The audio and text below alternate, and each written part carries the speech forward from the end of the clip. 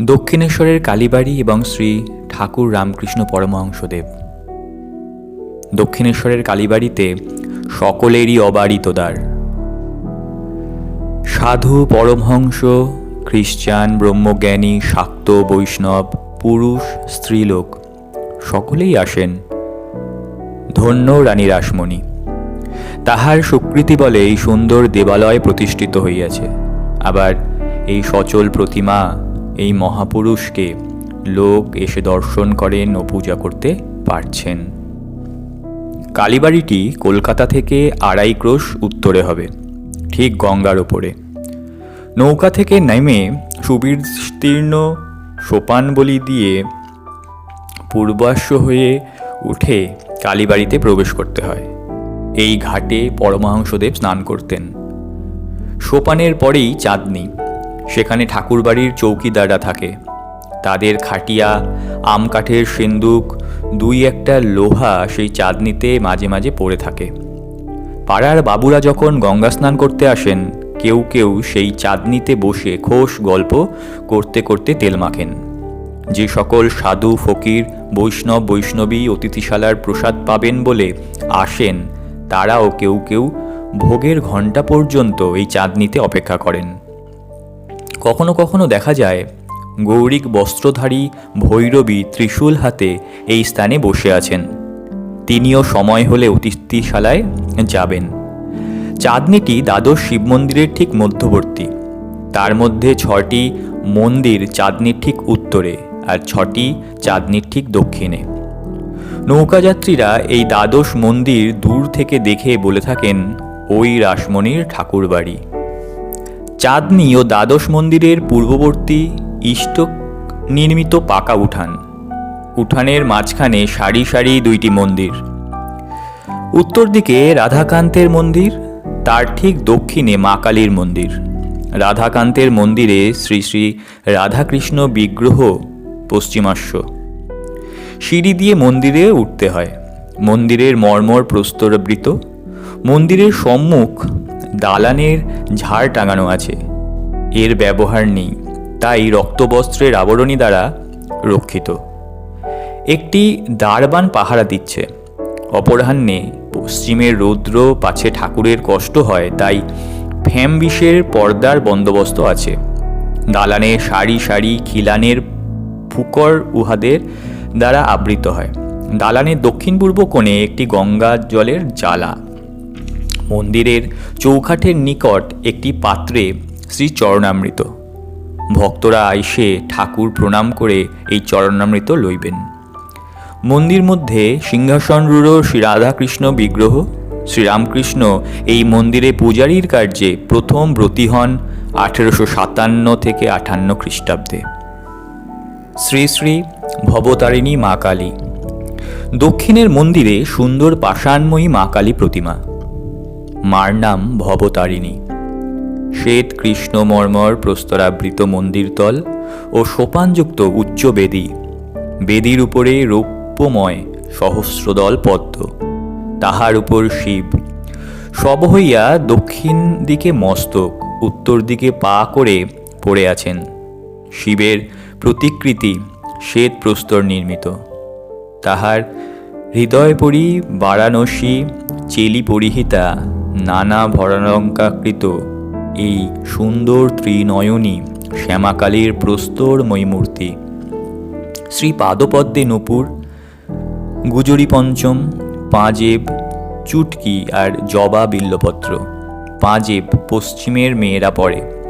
পরমহংসদেবের ভারী সাধ, তাই মথুরবাবু পড়াইয়াছেন। মার হাতে সোনার বাউটি, তাবিজ ইত্যাদি। অগ্রহাতে বালা, নারিকেল ফুল, পইচে, বাউটি। তাহার হাত মধ্য হাতে তার তাবিজ ও বাজু। তাবিজের ঝাঁপা দোদুল্যমান। গলদেশে চিক, মুক্তার 7 নর মালা, সোনার 32 নর, তারাহার ও সুবর্ণ নির্মিত মুন্ডমালা। মাথায় মুকুট, কানে কানবালা, কানপাশ, ফুল ঝুমকো, চৌদানি ও মাছ। নাসিকায় নথ, নোলক দেওয়া।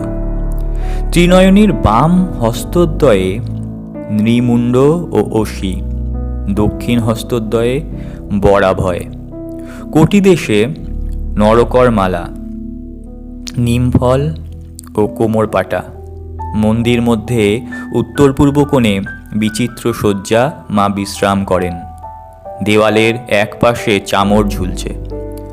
ভগবান শ্রীরামকৃষ্ণ ওই চামর নিয়ে কতবার মাকে ব্যজন করিয়েছেন। বেদির ওপর পদ্মাসনে রূপার গেলাসে জল, তলায় সারি সারি ঘটি, তার মধ্যে শ্যামার পান করিবার জল।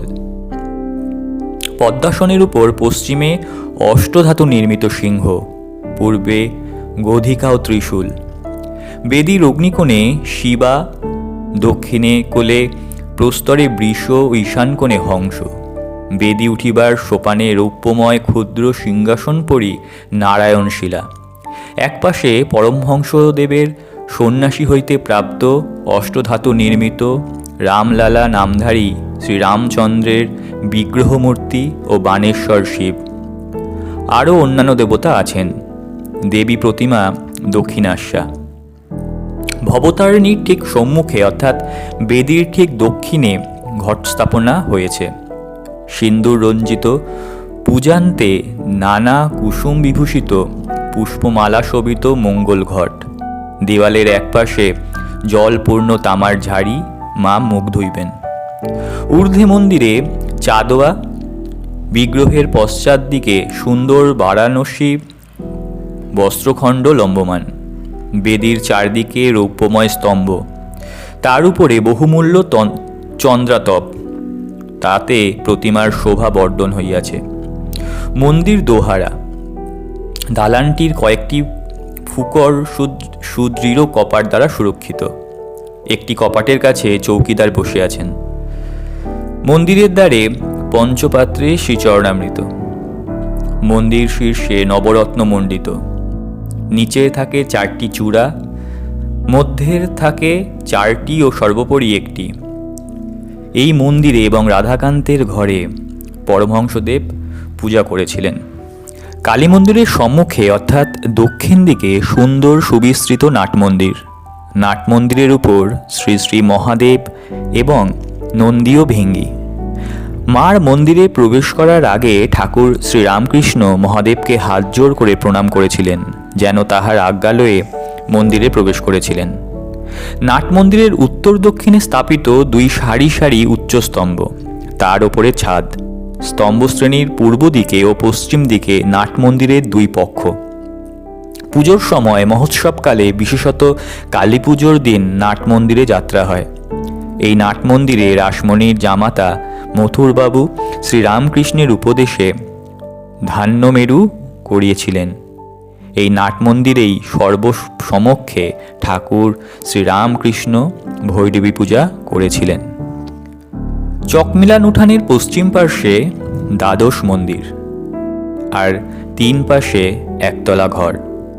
পূর্ব পাশের ঘরগুলোর মধ্যে ভাঁড়ার, লুচিঘর, বিষ্ণুর ভোগঘর, নৈবেদ্যঘর, মায়ের ভোগঘর, ঠাকুরদের রান্নাঘর ও অতিথিশালা। অতিথি সাধু যদি অতিথিশালায় না খান, তাহলে দপ্তরখানায় খাজাঞ্চির কাছে যেতে হয়। খাজাঞ্চি ভাণ্ডারীকে হুকুম দিলে সাধু ভাড়ার হইতে সিধা লন।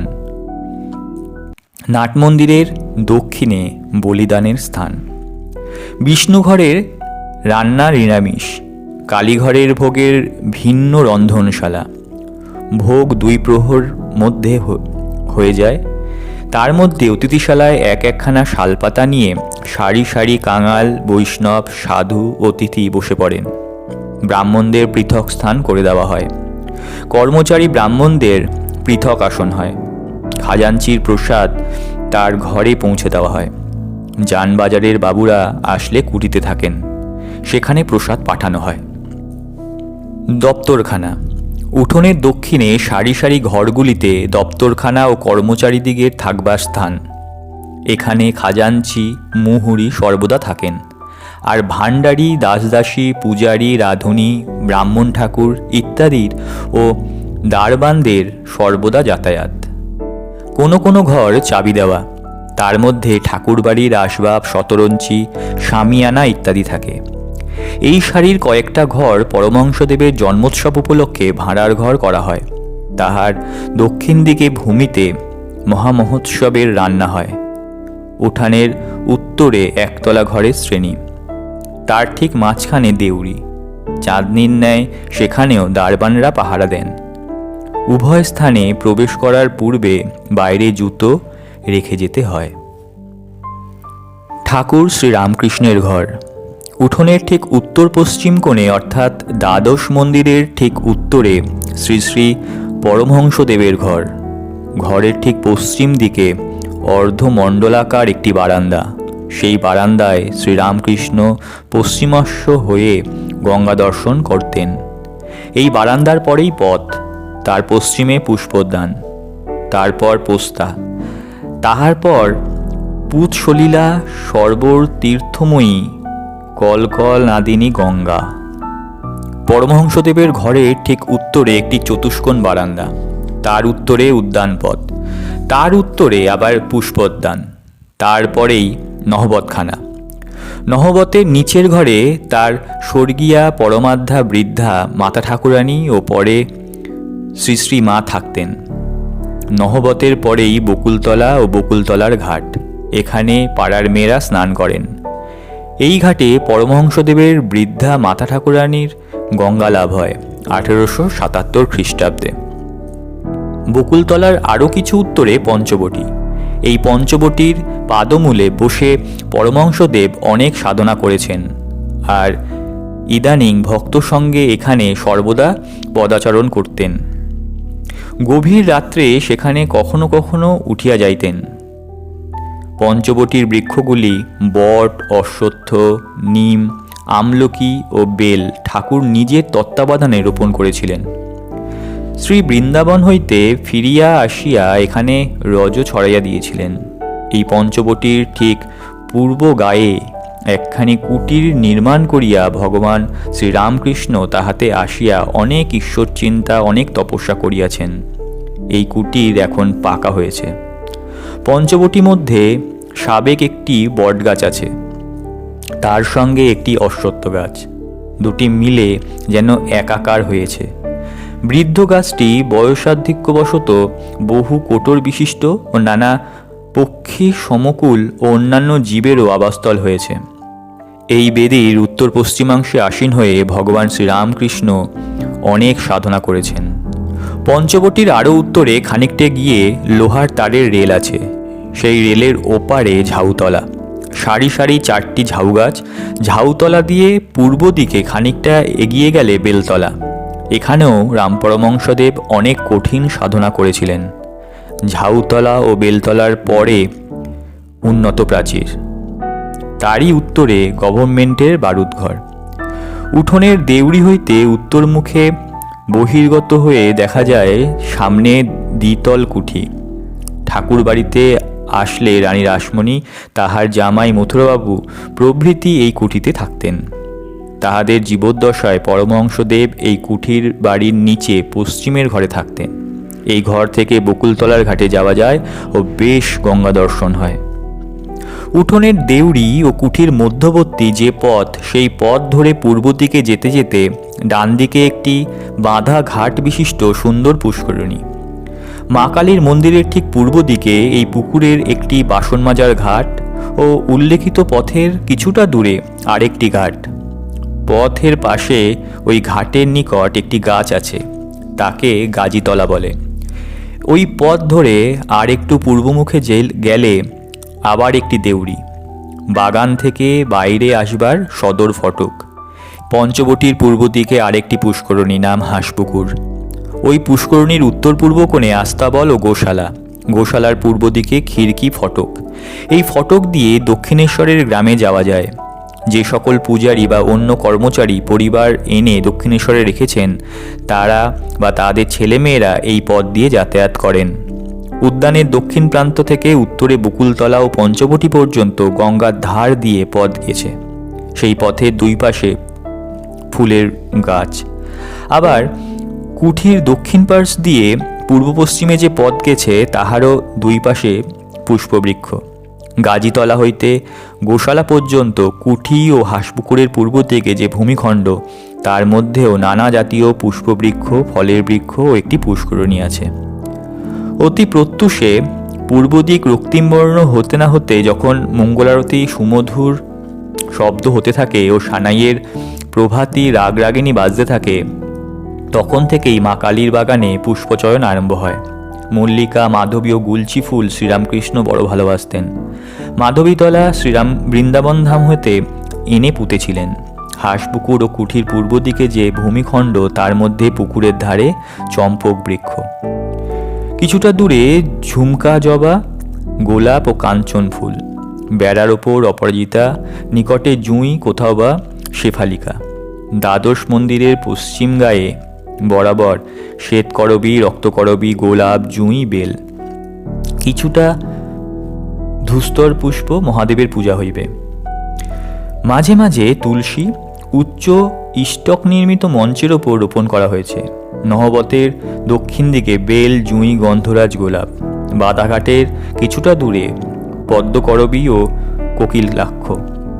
পরমহংসদেবের ঘরের পাশে দু একটি কৃষ্ণচূড়ার গাছ ও আশেপাশে বেল, জুঁই, গন্ধরাজ, গোলাপ, মল্লিকা, জবা, শ্বেতকরবী, রক্তকরবী, আরও পঞ্চমুখী জবা, চীন জাতীয় জবা। শ্রীরামকৃষ্ণ এককালে পুষ্পচয়ন করতেন। একদিন পঞ্চবটির সম্মুখস্থ একটি বিল্লবৃক্ষ হইতে বিল্লপত্র চয়ন করিতেছিলেন। বিল্লপত্র তুলিতে গিয়ে গাছের খানিকটা ছাল উঠিয়া আসলো। তখন তাহার এইরূপ অনুভূতি হলো যে যিনি সর্বভূতে আছেন তার না জানি কত কষ্ট হইল। তখনই তার বিল্লপত্র তুলতে পারলেন না।